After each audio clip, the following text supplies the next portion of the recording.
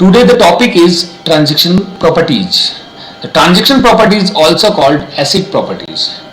अपन बात करें कि यहाँ पे एक वर्ड आता है एसिड प्रॉपर्टीज. एसिड प्रॉपर्टीज, ये जो एसिड वर्ड है वो एक्रोनिम है किसका? ऑटोमिसिटी, कंसिस्टेंसी, आइसोलेशन एंड ड्यूरेबिलिटी.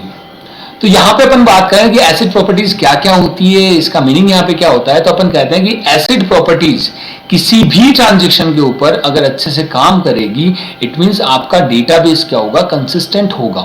किसी भी डेटाबेस को कंसिस्टेंट रखने के लिए अपन क्या काम में लेते हैं? ट्रांजेक्शन प्रॉपर्टीज काम में लेते हैं. तो अगर कोई भी प्रॉपर्टीज अगर अच्छे से वर्क नहीं कर रही, इट मींस आपका डेटाबेस क्या होगा? कंसिस्टेंट नहीं होगा. इसलिए अपन कहते हैं कि कोई भी डेटाबेस है उस पे अगर ये 4 प्रॉपर्टीज है, ऑटोमेसिटी है, कंसिस्टेंसी है, आइसोलेशन एंड ड्यूरेबिलिटी, अगर ये 4 प्रॉपर्टीज अच्छे से काम करे, इट मींस वो डेटाबेस कंसिस्टेंट होगा. तो शुरू करते हैं अपन. सबसे पहला आता है, वो आता है ऑटोमेसिटी.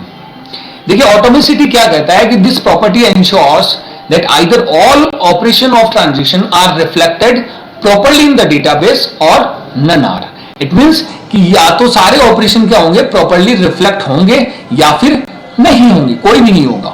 देखो जैसे कि अपन ने कहा था, ट्रांजैक्शन की डेफिनेशन ही कहां से निकलती है? ऑटोमेसिटी से निकलती है. अपन कहते हैं transaction is a logical unit of work that must be succeed or fail in its entirety. It means transaction भी क्या होगा?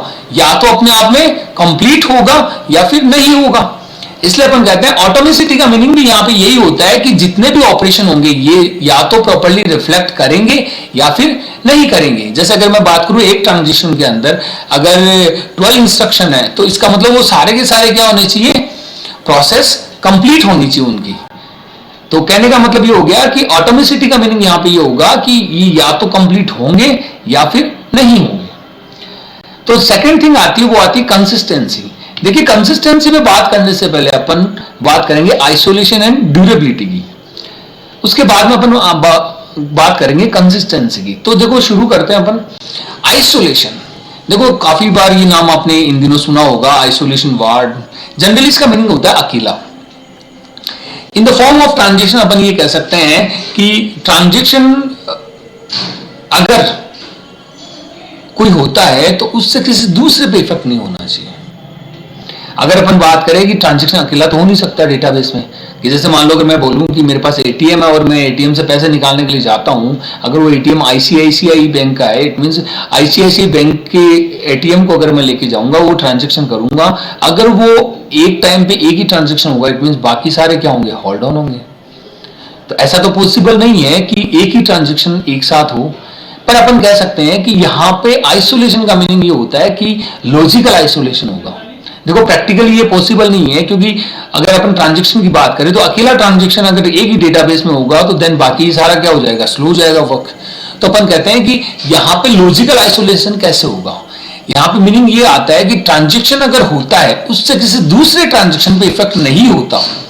अगर वो अकेला वर्क करे या फिर नंबर ऑफ ट्रांजैक्शन साथ में वर्क करे, अगर दोनों में कोई इसका रिजल्ट है, दोनों केस के अंदर रिजल्ट है वो सेम आ रहा है, इट मींस अपना आइसोलेशन वर्क कर रहा है, आइसोलेशन प्रॉपर्टीज वर्क कर रही है. इट मींस अपन ये कहते हैं कि it ensures that is executing transaction execution in isolation, कि जितने भी ट्रांजेक्शन होने चाहिए वो आइसोलेशन में होने चाहिए.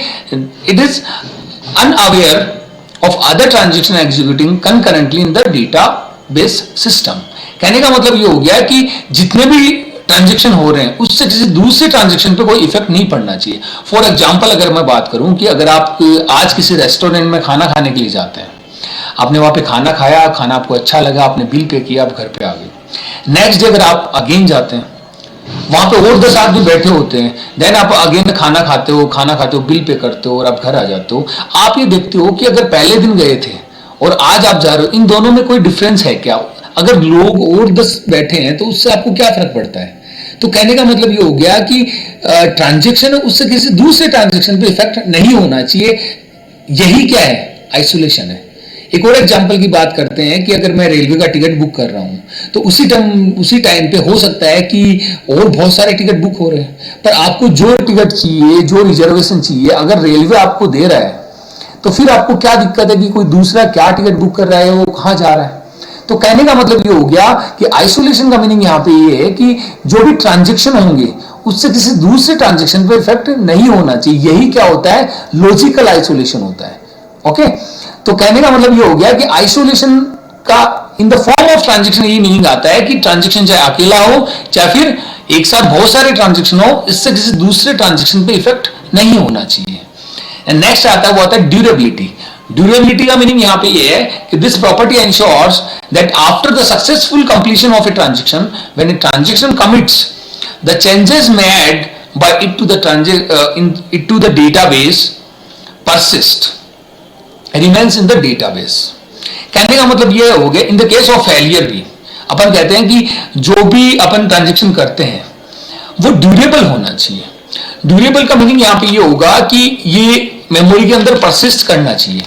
देखो जैसे अगर अपन बात करें कि जैसे मान लो आज मैंने रेलवे से टिकट बुक की है और 15 डेज बाद में अपनी टिकट है, मेरे को कहीं जाना है। अगर मैं 15 डेज बाद में अगर स्टेशन पे जाता हूँ, वहाँ मेरे को रेलवे का कोई अधिकारी आके बोलता है कि भैया माफ़ करो, ये तो हम भूल हो गई और ये टिकट आपकी बुक नहीं हुई है, तो क्या ये सही है? तो कहने का मतलब यहाँ पे ये है कि ड्यूरेबल का मीनिंग यहाँ पे हो गया कि आपका डेटाबेस में जो भी चेंज होता है वो क्या होना चाहिए, परसिस्ट करना चाहिए। कहने का मतलब ये है। तो कहने का मतलब ये हो गया कि जैसे अगर मैं बोलूं कि अगर मैंने किया i इक्वल टू 16 और देन मैं उसमें कुछ चेंज किया, i इक्वल टू 16 से मैंने i इक्वल टू 20 कर दिया, तो क्या i इक्वल टू 20 मेमोरी के अंदर होना चाहिए? होना चाहिए, जाहिर सी बात है।